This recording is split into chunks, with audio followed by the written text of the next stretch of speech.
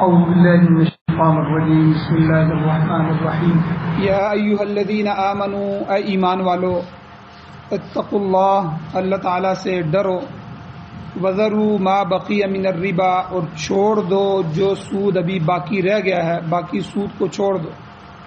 ان کنتم مؤمنین اگر تم حقیقت میں ایماندار ہو، مومن ہو۔ فإن لم تفعلوا پس اگر تم باز نہیں آؤ گے، رکو گے نہیں، تو فأذنوا بحرب من اللہ ورسولہ تو اللہ اور اس کے رسول کے ساتھ لڑائی کا اعلان ہے، اعلان جنگ ہے۔ وَإِن تُبْتُمْ اور اگر تم توبہ کر لو تو فَلَكُمْ رُؤُوسُ أَمْوَالِكُمْ تو جو اصل مال ہے، اصل رقم ہے، وہ تمہارے لیے جائز ہے۔ تو لا تظلمون ولا تظلمون نہ تم کسی پر ظلم کرو اور نہ تمہارے اوپر کوئی ظلم کیا جائے گا۔ وَإِن كَانَ ذُو عُسْرَةٍ اور اگر وہ مقروض آدمی تنگ دست ہے، قرضہ لینے والا تنگی کے اندر مبتلا ہو چکا ہے، تو فَنَظِرَةٌ مہلت دو ان کو إِلَى مَيْسَرَةٍ ان کی آسودگی تک، خوشحالی تک۔ اور وَأَن تَصَدَّقُوا اور اگر قرضہ معاف ہی کر دو، بخش دو، تو خیر لکم یہ تمہارے لیے بہتر ہے، ان کنتم تعلمون اگر تم جان لو۔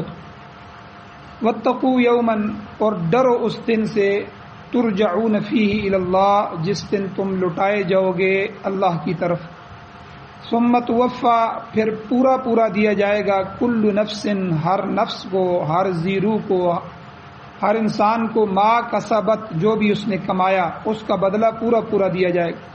وہم لا یظلمون اور وہ ظلم نہیں کیے جائیں گے۔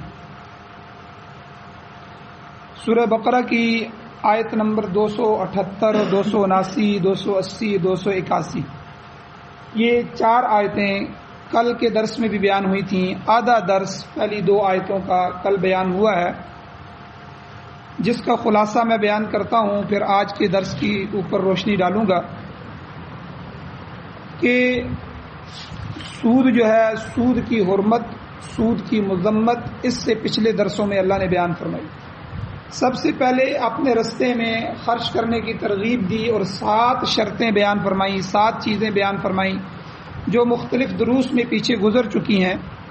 اور اس کے بعد جو ہے رزق حلال کمانے کی جو ہے ترغیب دی ہے، اور رزق حرام میں سے بھی بالخصوص سود سے بچنے کی اللہ نے ترغیب بھی دی اور مذمت بھی بیان فرمائی۔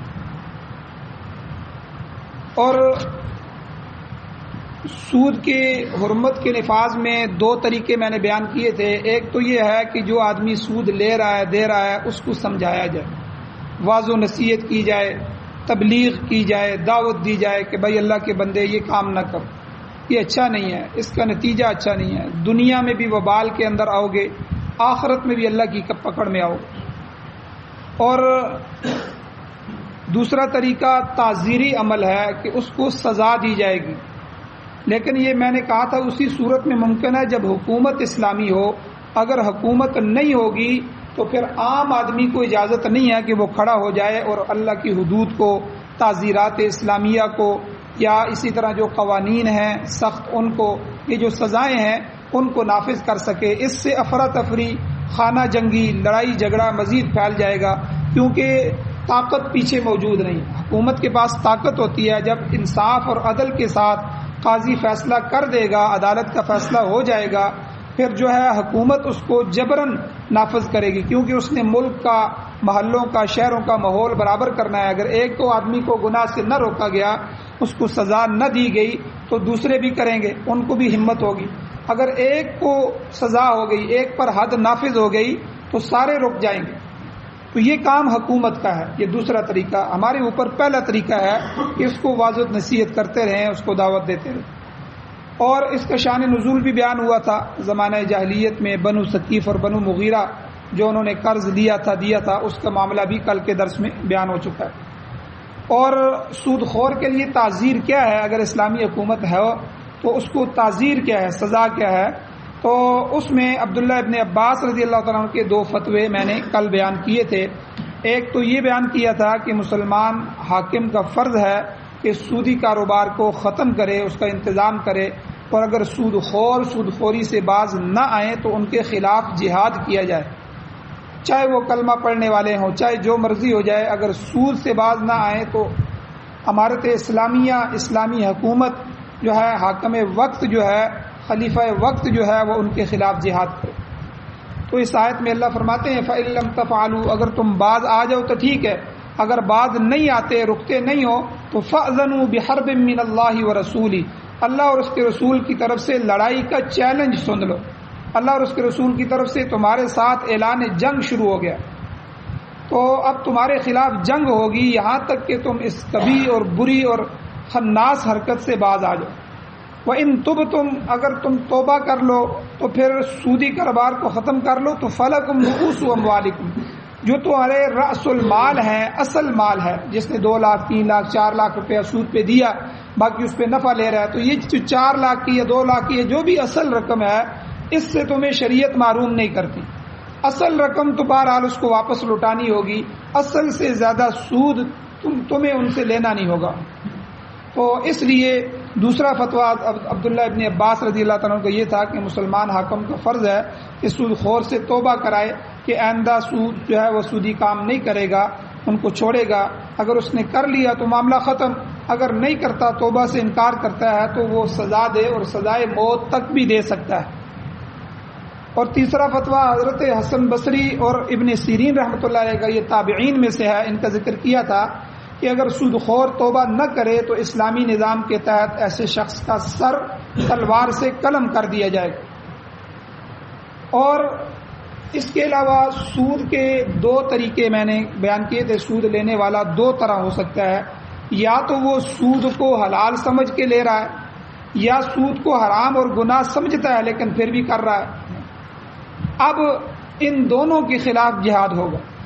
پہلا معاملہ سخت ہے کہ جو آدمی اس کو حلال سمجھ کے کرتا ہے، جائز سمجھ کے کرتا ہے، ٹھیک ہے، جس طرح ہماری حکومت ہے، ہمارے بینک ہیں، ٹھیک ہے، وہ تو کہتے ہیں جی مولوی ویسے ہی کہتے ہیں، ان کو تو اور کام ہی نہیں ہے، حرام حرام حرام، ہر چیز کو حرام قرار دیتے رہتے ہیں۔ بھائی اس میں کیا مسئلہ ہے، کوئی پریشانی نہیں ہے، ٹھیک ہے۔ انہوں نے باقاعدہ وہ لسٹیں بنائی ہوئی ہیں، لوگوں کو دیتے ہیں۔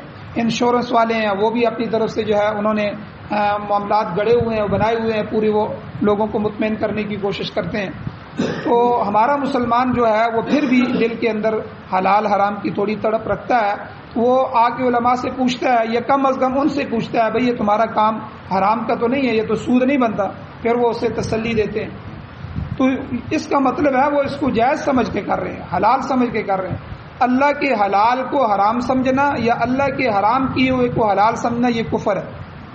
یہ تو انسان گیا، ایمان سے گیا، نکاح ٹوٹ گیا، اس کے معاملات ختم، مرتد ہو گیا۔ تو یہی بات تھی کہ حضرت ابو بکر صدیق رضی اللہ تعالیٰ عنہ نے منکرین زکوٰۃ، مانعین زکوٰۃ، جو لوگ حضور کے بعد زکوٰۃ دینے سے منکر ہو گئے تھے کہ ہم حکومت وقت کو، خلافت وقت کو زکوٰۃ نہیں دیں گے، تو انہوں نے ان کے خلاف جہاد کیا۔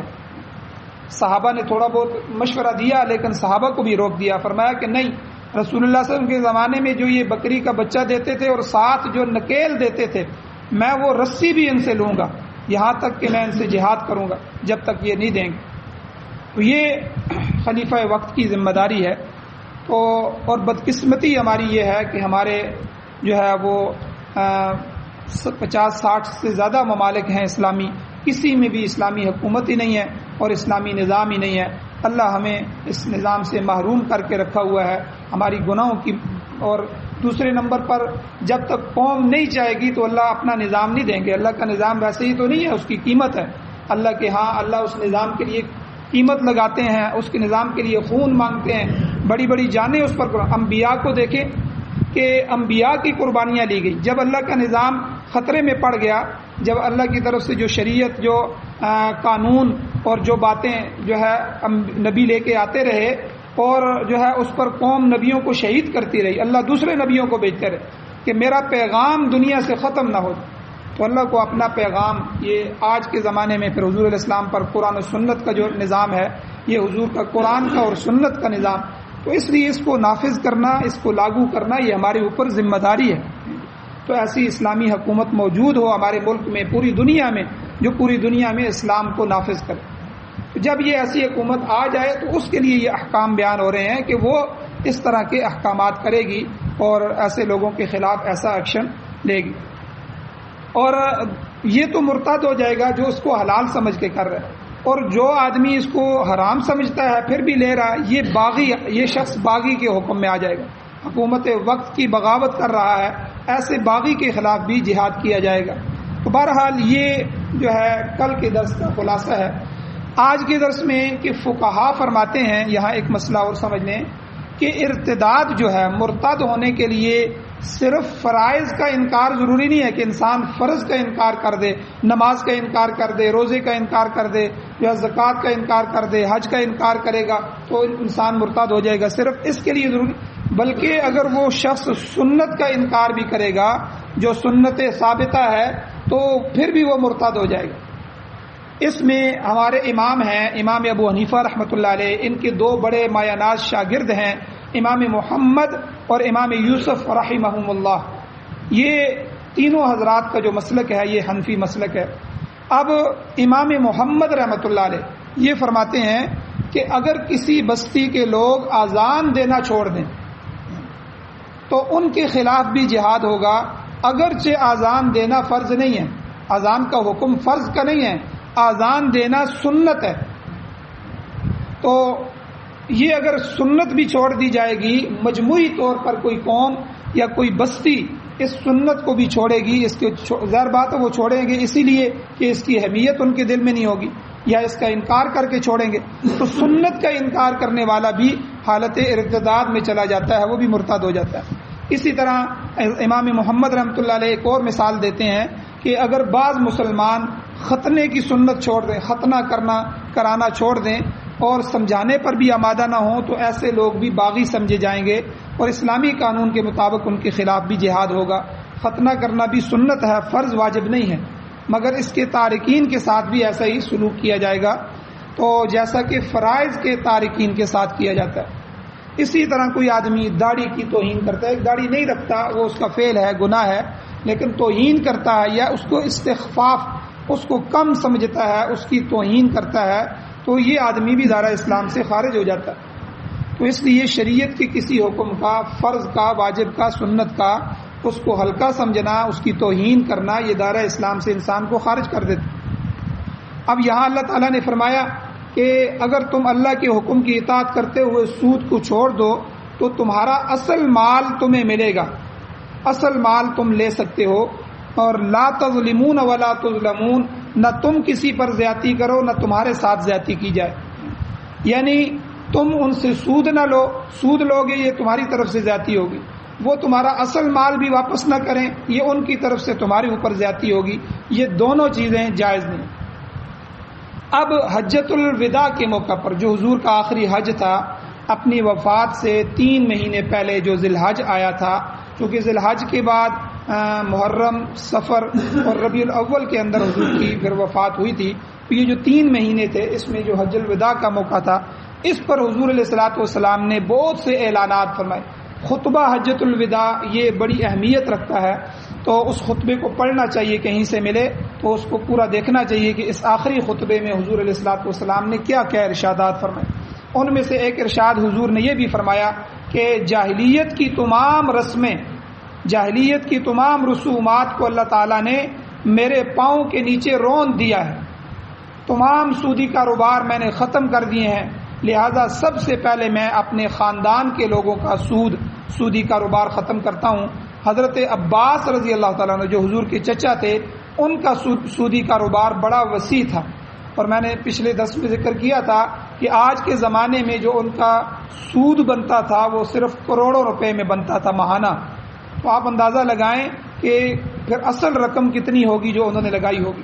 تو حضور نے فرمایا سب سے پہلے میں اپنے چچا کا سود ختم کرتا ہوں، اور 1 روپیہ لینے تک کی اجازت نہیں ہے، اور فرمایا اصل رقم لے سکتے ہو تاکہ تمہیں بھی نقصان نہ ہو، اور سود نہیں لینا تاکہ دوسروں کو بھی نقصان نہ ہو۔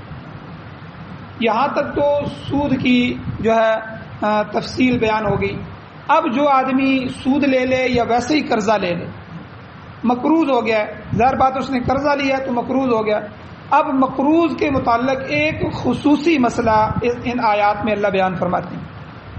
اللہ کہتے ہیں وَإِن كَانَ ذُو عُسْرَةٍ، اگر مقروض اس نے قرضہ لیا، قرضہ لینے کے بعد وہ تنگ دست ہو گیا، ہاتھ اس کا تنگ ہو گیا، بالکل مفلوج ہو گیا، اور اتنا تنگ ہو گیا کہ اب وہ قرضہ وعدے کے مطابق واپس نہیں کر سکتا. مثلا اس نے کہا تھا یہ میں 6 مہینے بعد آپ کو دے دوں گا، لیکن 6 مہینے کے بعد اس سے پیسے بن نہیں سکے، وہ دے نہیں سکتا، واپس نہیں کر سکتا. اس کو کہتے ہیں ذو عسرہ، تنگ دست ہو گیا. اللہ کہتے ہیں فنظرۃ، اس کو مہلت دو. یا اللہ کب تک مہلت دیں؟ الی میسرہ، اللہ کہتے ہیں اس کی آسودگی تک، اس کی خوشحال ہونے تک اس کو مہلت دو. یہاں محدثین اور مفسرین نے، فقہا نے ایک مسئلہ لکھا ہے کہ اس آیت کی روح سے جو تنگ دست ہے، جس کا ہاتھ تنگ ہو گیا ہو، اس کو مہلت دینا واجب ہے، وہ واجب ہو جاتا ہے، ضروری ہے. لیکن دوسری طرف اگر مقروض جان بوجھ کر ٹال مٹول کرتا ہے تو وہ گناہ کبیرہ کا مرتکب ہو جائے. ہمارے ہاں آج کل معاشرے میں یہ بات عام ہو گئی ہے، جب قرض لینے کے لیے آتے ہیں تو آنسو بہا رہے ہوتے ہیں، کہتے ہیں جی بہت حالات تنگ ہیں، آپ یقین جانے قسمیں اٹھا رہے ہوتے ہیں، آپ دے دیں، میں آپ کو 1 مہینے یا 2 مہینے یا 4 مہینے یا جو ہے جب بھی وہ کہنا چاہیں اس مدت تک میں آپ کو واپس کروں.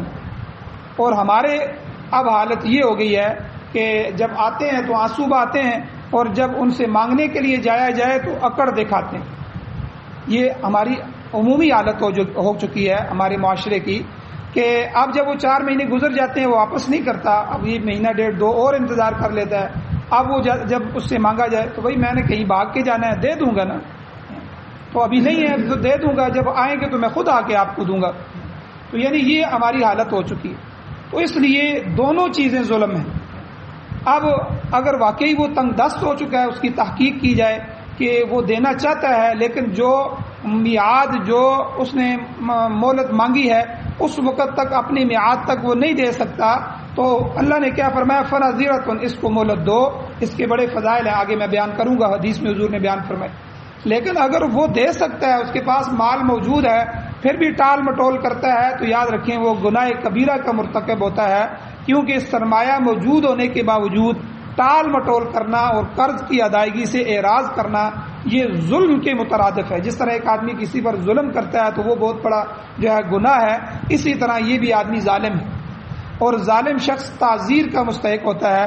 لہذا اگر شبہ ہو کہ مقروض کے پاس مال موجود ہے مگر وہ ادا نہیں کرتا تو قرض خواہ جو ہے، جو قرض دینے والا ہے، وہ عدالتی چارہ جوئی کر سکتا ہے، عدالت میں جائے، قاضی کے پاس جائے، اور حاکم وقت اور قاضی ایسے مقروض کو قید میں ڈال دے. اگر اس کے پاس مال موجود ہے تو قرضہ ادا کرے، قرضہ ادا کر کے رہائی حاصل کرے. اور اگر عدالت کو یقین ہو جائے کہ یہ شخص قرضہ لوٹانے کے قابل نہیں ہے تو عدالت اسے مہلت دے. اور ہمارے ہاں یہ ہوتا ہے کہ ایک آدمی ہے کہ وہ قرضہ اس نے لیا ہے، اب وہ واپس نہیں کر سکتا، تو ہمیں شک ہوتا ہے کہ وہ قرضہ جان بوجھ کے نہیں دے رہا، تو ہم عدالت میں جاتے ہیں تو عدالت اپنی طرف سے ایک تحقیق کرتی ہے تو کہ واقعی اس کے حالات تنگ ہیں. تو وہ جب ثابت ہو جائے تو عدالت اس کو قسطوں میں کر دیتی ہے. یہ ہماری عدالتوں میں بھی ہوتا ہے کہ چلو یہ 50,000 روپے اس نے دینا تھا، آپ ماہانہ جو ہے اس کو 5,000 روپے قسط ادا کرو. اور عدالت کے ذریعے پھر عدالت دلواتی ہے کہ یہاں سے تم رسید کے ذریعے اس کو ادا کرو. تو اب اس بندے کو گویا کہ عدالت مجبور کر دیتی ہے. تو بہرحال اگر ایسا معاملہ ہو تو عدالتی چارہ جوئی بھی کی جا سکتی ہے. لیکن اللہ نے فرمایا کہ اگر وہ تنگ دست ہے اس کو مہلت دو. اس سے اگلی بات کہ اللہ نے فرمایا وَأَن تَصَدَّقُوا، اگر تمہیں اللہ نے وسعت دی ہے تم اس کو معاف ہی کر دو تو خیر لکم، یہ تمہارے لیے بہتر ہے. کیونکہ وہ اتنا کمزور ہو چکا ہے، اتنا مفلوق الحال اور غریب بن چکا ہے کہ اب وہ تمہارا قرضہ ادا نہیں کر سکتا. ایسی صورت نہیں ہے اب وہ کمائے اور اپنے بچوں کا پیٹ پالے یا تمہیں قرضہ دے. اگر قرضہ دیتا ہے تو اس کے گھر اور بچے جو ہیں وہ ان کی جان کی ہلاکت کا خدشہ ہے. تو اس لیے ایسا شخص جو ہے اللہ اس کے لیے سفارش کر رہے ہیں. وَأَن تَصَدَّقُوا، اگر تم صدقہ ہی کر دو، اس پر اسے معاف ہی کر دو تو خیر لکم، یہ تمہارے لیے معاف کر دینا بہتر ہے. ان کنتم تعلمون، اگر تم جانتے. اب بخاری شریف اور مسلم شریف کی ایک حدیث ہے، حضور علیہ الصلوۃ والسلام نے فرمایا من انذر معسرا، جس نے تنگ دست مقروض کو مہلت دی، او وضع عنہ، یا اسے بالکل معاف ہی کر دیا، تو نبی علیہ الصلوۃ والسلام نے فرمایا کہ قیامت کے دن ایسا شخص اللہ تعالیٰ کے عرش کے سائے میں ہو. اور وہ حضور نے فرمایا وہ ایسا دن ہوگا جس دن عرش کے سائے کے سوا کوئی اور سایہ نہیں ہوگا۔ آپ اندازہ لگائیں سورج اتنا دور ہے ہم سے، جو ہے کروڑوں اربوں خربوں میل دور ہے، وہاں سے اس کی تپش کتنی زیادہ ہے، اور قیامت کے دن سورج سوا نیزے پہ ہوگا، جس طرح کہتے ہیں بالکل قریب ہوگا، اور ہر شخص اپنے گناہوں کے حساب سے پسینوں میں ڈوبا ہوا ہوگا۔ اس وقت کتنی ضرورت ہوگی سائے کی۔ آج بھی ہم سائے کے لیے جگہ ڈھونڈتے ہیں گرمی کی حالت میں، تو اس وقت حضور نے فرمایا صرف عرش کا سایہ ہوگا، اور مخصوص لوگ ہوں گے جن کو اللہ عرش کے سائے کے نیچے جگہ دیں گے۔ ان میں سے ایک شخص یہ بھی ہوگا جو قرض دیتا ہے، پھر مقروض آدمی اس کے پاس آ کے کہتا ہے بھائی میں نے آپ سے واقعی وعدہ کیا تھا کہ فلاں مہینے فلاں تاریخ کو میں دے دوں گا، لیکن میرے حالات خراب ہیں، میں آپ کو نہیں دے سکتا، مجھے مزید 2-4 مہینوں کی مہلت دو۔ اب وہ آدمی اللہ کی رضا کے لیے اس کو مہلت دیتا ہے، ٹھیک ہے بھائی آپ کے لیے مہلت ہے، یا حضور نے فرمایا او وضع عنہ، یا بالکل اس سے چھوڑ دیتا ہے، اچھا یار آدھا قرض تجھے معاف ہے آدھا دے دے، ٹھیک ہے یہ چل سارا ہی معاف ہے۔ حضور نے فرمایا یہ اس کی اتنی بڑی فضیلت ہے کہ اللہ عرش کے جو ہے قیامت والے دن عرش کے سائے میں اس کو جگہ عطا فرمائے۔ اور اسی طرح بخاری شریف کا ایک اور واقعہ ہے کہ حضور علیہ الصلوۃ والسلام نے پچھلی امتوں میں سے کسی امت کا ایک واقعہ بیان فرمایا۔ حضور نے فرمایا کہ ایک شخص اللہ تعالیٰ کی بارگاہ میں پیش ہوگا پچھلی امتوں میں سے، جس کے پاس کوئی نیکی نہیں ہوگی، کوئی نیکی۔ اللہ تعالیٰ فرمائیں گے فرشتوں کو کہ دیکھو اس نے کوئی نیکی کی ہے، کوئی ایسا عمل کیا ہے کہ جس کی وجہ سے اس کی بخشش ہو جائے۔ تو دریافت کرنے پر، پوچھنے پر وہ شخص عرض کرے گا کہ میرے پاس کوئی نیکی نہیں، میں نے زندگی میں کوئی نیکی نہیں کی ہے، ہاں البتہ ایک بات ہے جو مجھے یاد ہے جو میں نے کی ہے، میری عادت تھی میں وہی کرتا تھا۔ تو اللہ پوچھیں گے کہ کیا بات ہے؟ تو وہ کہے گا، حضور نے فرمایا وہ کہے گا، حدیث ہے کہ میں تجارت کرتا تھا، میرے نوکر تھے، غلام تھے، ملازم تھے، نوکر چاکر موجود تھے، لوگ مجھ سے آ کر قرضہ بھی لے لیتے، میں نے اپنے نوکروں کو حکم دیا تھا کہ جو تنگ دست آئے، کہ جو قرضہ لے کے جائے اور تنگی کے اندر آ جائے اس کو مہلت دے دیا کرو، ایسے شخص پر سختی نہ کرنا۔ تو اس پر اللہ تعالیٰ فرشتوں کے سامنے فرمائیں گے نحن احق، اے فرشتوں اس کی تو ہم زیادہ حقدار ہیں، یہ آدمی اس کو مہلت دے رہا ہے، یہ آدمی ان کو معاف کر رہا ہے، اور ہم درگزر کرنے کے، معاف کرنے کے زیادہ لائق ہیں، یہ شخص دنیا میں تنگ دستوں سے درگزر کرتا تھا، لہذا آج میں نے اسے معاف کر دیا۔ اور حضور نے فرمایا اللہ تعالیٰ اس کو اس عمل کی وجہ سے جنت میں داخل فرمائے گا۔ اس لیے فرمایا اگر تم قرضہ معاف کر دو تو یہ تمہارے لیے جو ہے مہلت دینے سے بھی زیادہ بہتر ہے، وَأَن تَصَدَّقُوا خَيْرٌ لَكُمْ، ٹھیک ہے اگر تم اس عمل کی حقیقت کو جانتے ہو، ان کنتم تعلمون۔ تو اب یہاں 2 چیزیں بیان ہوں گی، ایک تو سود کا مسئلہ، ایک مقروض کو مہلت دینا۔ آخری بات کہ سود نظام کی بیخ-کنی کرنا، اس کو نکالنا، اس کو ختم کرنا، یہ حکومت وقت کی بہت بڑی ذمہ داری ہے۔ مولانا عبید اللہ سندھی رحمۃ اللہ علیہ ہمارے بڑے حضرات میں سے گزرے ہیں، یہ جو تحریک ریشمی رومال جو ہے اس کے بانی مبانی تھے، بلکہ اس کے اندر ان کا بڑا کردار تھا۔ یہ فرماتے ہیں کہ جو حکومت سودی نظام کی سرپرستی کرتی ہے وہ مٹا دینے کے قابل ہے، اس کے خلاف جہاد کیا جائے، کیونکہ اگر وہ سودی نظام چلا بھی رہی ہے، اس کی سرپرستی بھی کر رہی ہے، لوگوں کو ترغیب بھی دے رہی ہے، تو یہ تو لوگوں کے سکون کو ختم کر دے گا۔ اور فرماتے ہیں لوگوں کو کبھی ایسے نظام سے سکون نصیب نہیں ہوتا۔ اور مزید فرماتے ہیں کہ زمین میں 2 چیزوں کا جو ہے ہونا ضروری ہے، ایک اللہ وحدہ لا شریک کی عبادت، اور دوسرے سود کا کلا کما کرنا، سودی نظام کا ختم کرنا۔ سودی نظام کا قیام یہ یہودیت کی سرپرستی ہے۔ آپ اپنے ملک کو دیکھ لیں کہ ہمارے ملک جب سے ملک بنا ہے، یہ لوگ جو ٹٹو لوگ ہیں یہ بات تو کہتے ہیں کہ مولویوں کو کیا پتہ ہے حکومت چلانے کی، لیکن خود ان کی حالت یہ ہے کہ یہ قرضے کے بغیر اپنا ملک چلا ہی نہیں سکتے۔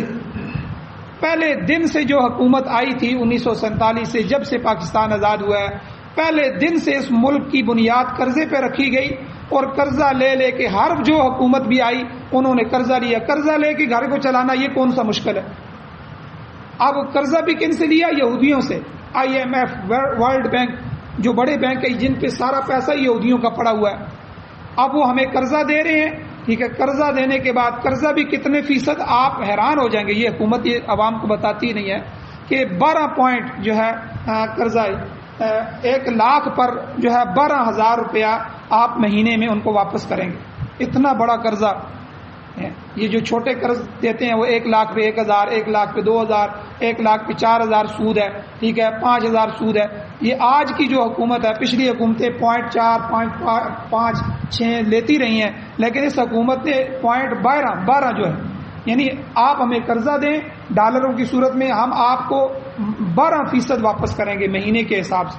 آپ اندازہ لگائیں جس گھر کی یہ حالت ہو کہ اس نے 10 لاکھ روپیہ قرضہ لیا، اس کا سود دے رہا ہو، اوپر سے 20 لاکھ اور لیا، اس کا بھی سود دے رہا ہو، اوپر سے 1 کروڑ روپیہ اور لے لیا، اس کا بھی سود دے رہا ہو، اس گھر کی کیا حالت ہوگی.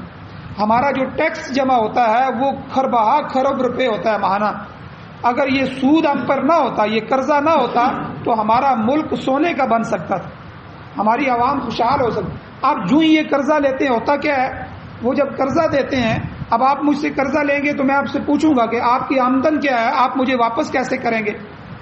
تو وہ بھی آتے ہیں اس ملک سے پوچھتے ہیں، یہ پوری کابینہ وہاں جاتی ہے، ان سے پوچھتے ہیں بھائی ہم سے قرضہ لینے تو آئے ہو کہ اتنے کروڑ ڈالر ہمیں دے دو، اتنے ارب ڈالر دے دو، ہم دے دیتے ہیں لیکن ہمیں واپس کیسے کرو، قسط ادا کہاں سے کرو گے.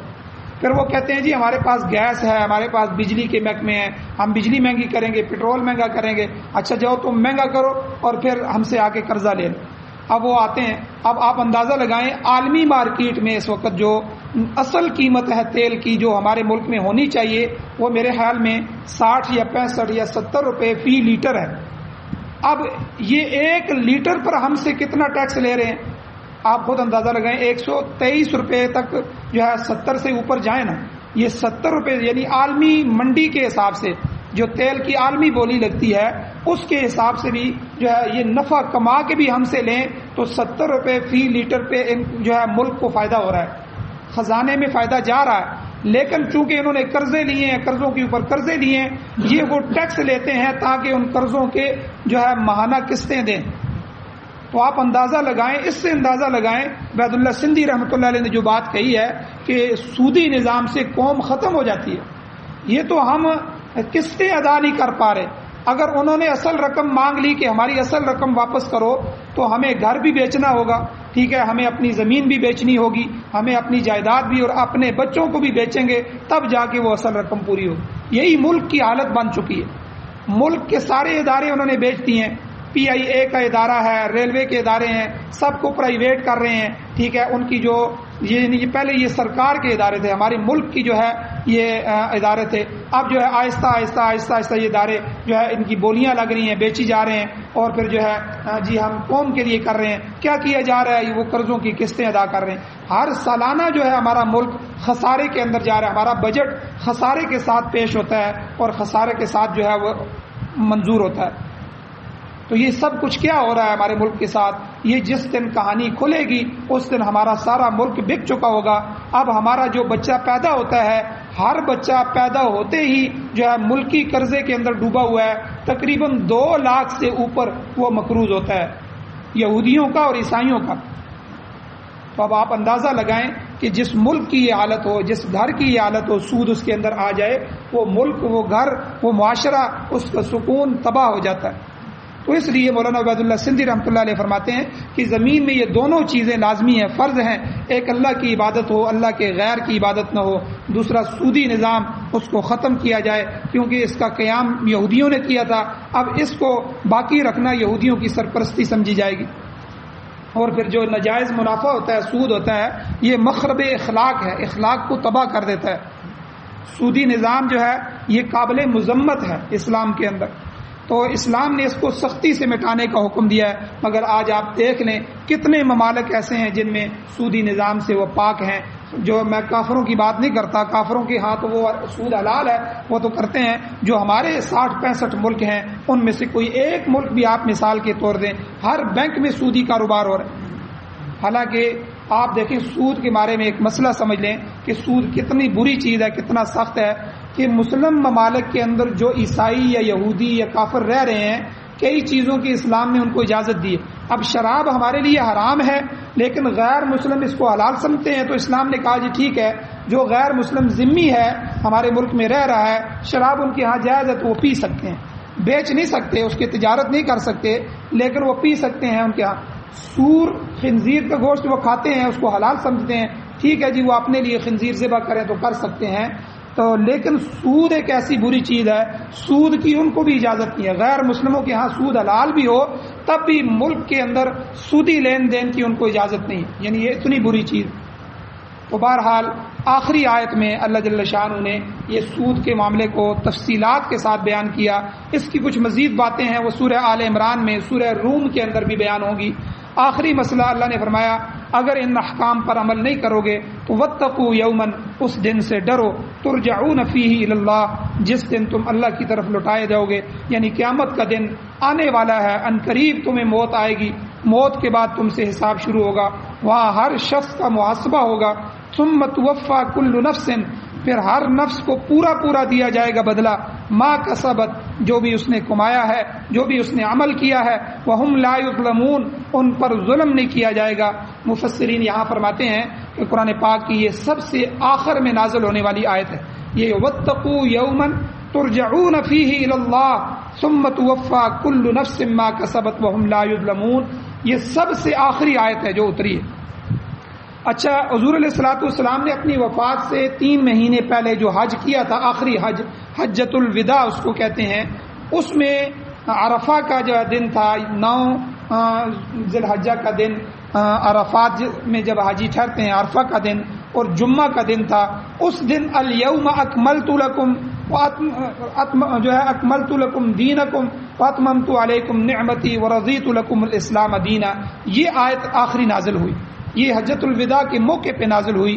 لیکن اس کے بعد پھر جب حضور تشریف لا گئے تو اس کے بعد آخری آیت یہ نازل ہوئی، واتقوا یوما ترجعون، اس لیے بعض اس کو آخری کہہ دیتے ہیں، وہ اس لحاظ سے آخری ہے کہ وہ حجۃ الوداع پہ آخر میں نازل ہوئی، اور یہ اس لحاظ سے آخری ہے کہ یہ حضور کی وفات سے پہلے آخر میں نازل ہوئی۔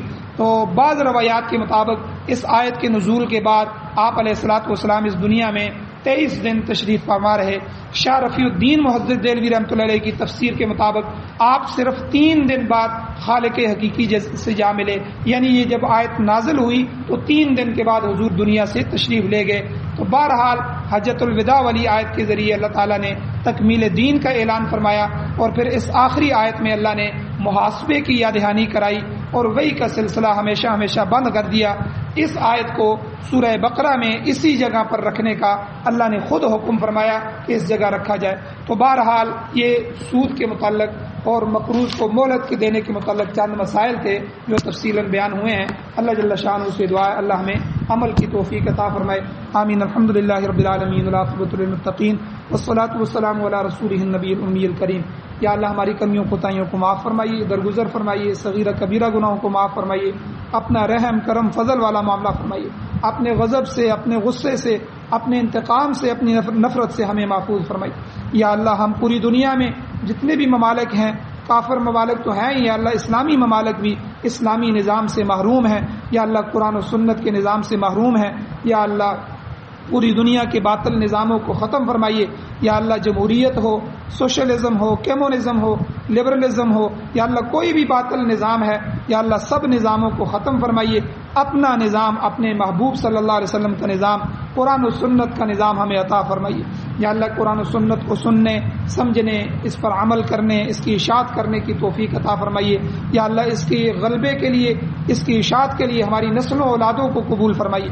یا اللہ جو مظلوم مقروض ہیں، یا اللہ ان کے قرضوں پورے کرنے کے اسباب پیدا فرمائیے، مدد نصرت فرمائیے، جو بیمار ہیں ان کو شفا عطا فرمائیے، جو ایمان کی حالت سے اس دنیا سے جا چکے ہیں ان سب کی بخشش فرمائیے۔ یا اللہ ہم سب کی جائز حاجات کو غیب کے خزانوں سے پورا فرمائیے۔ صلی اللہ تعالی علی خیر خلقہ محمد و آلہ و اصحابہ اجمعین برحمتک یا ارحم الراحمین۔